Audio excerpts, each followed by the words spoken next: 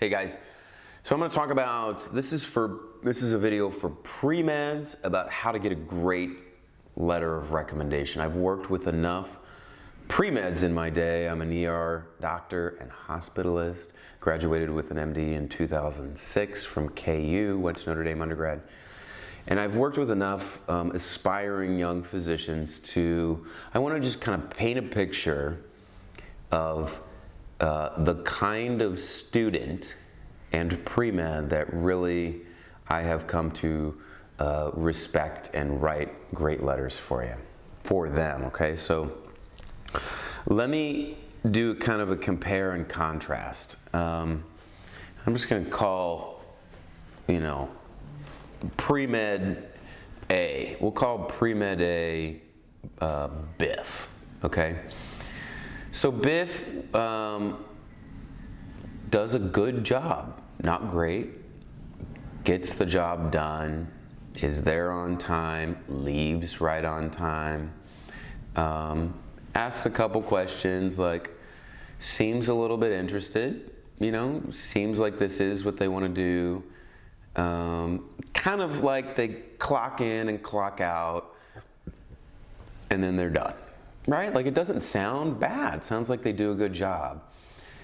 That letter of recommendation I would probably write for Biff. It's not going to glow. It's just going to say, hey, Biff would probably be okay, because that's true. Like, Biff probably would be okay and do a good job. Now let's contrast this Biff with Jorge. Okay, so Jorge shows up and is visibly excited to be there. There's enthusiasm. Jorge wants to learn. When Jorge is there, Jorge asks incessant questions. It almost gets annoying. And part of it might be trying to play the attending a little bit. That's okay. In time, we'll be able to tell the difference between somebody who's totally working us versus somebody who really is genuinely interested, is hungry to learn, like wants to do this job and to learn everything they can to get to it. Asks provocative questions, demonstrates learning. I had a guy who, I'm just showing x-rays to, hey, this is a little hip x-ray, see right here how this is kind of a normal contour, whatever.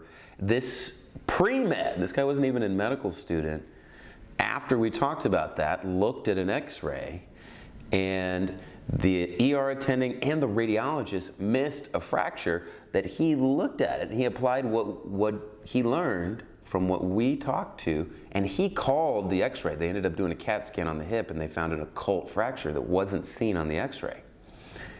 That he demonstrated not only like he was paying attention, but he was learning to apply. I mean, can you see the difference between Jorge and Biff? Again, Biff doesn't do a bad job. Biff, it's not like Biff, obviously, you're not going to write a letter for somebody that's always late, that doesn't do their job good, that drops the ball, that's just like, oh, I have to be here, this is the worst, I'd rather, that person doesn't get a letter. Right? This is kind of the B student who does just enough, and then you got this guy over here who is just so hungry, who is always continually trying to improve and get smarter and learn, and is into it for the sake of getting better at the discipline and learning. This is the guy that gets this is the guy or gal that gets the letter that glows. Be that person. I think anybody can be enthusiastic and genuinely interested in learning. Shoot, regardless of where you're going to go in medicine or what you're going to do, the more you learn about each rotation, each different thing, it can only carry you on to your next thing. I think a big challenge is a lot of people are like, oh, I want to be a radiologist, so I don't need to learn about OB very much.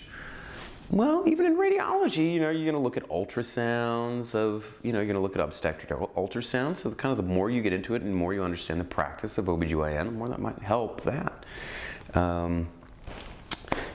They all kind of intersect. The point is, this is the kind of person that's going to get the glowing letter of recommendation, and I think it's within your ability. Anybody can kind of will and choose, to be interested, to get into it, to ask questions, to pursue, to ask, to do more.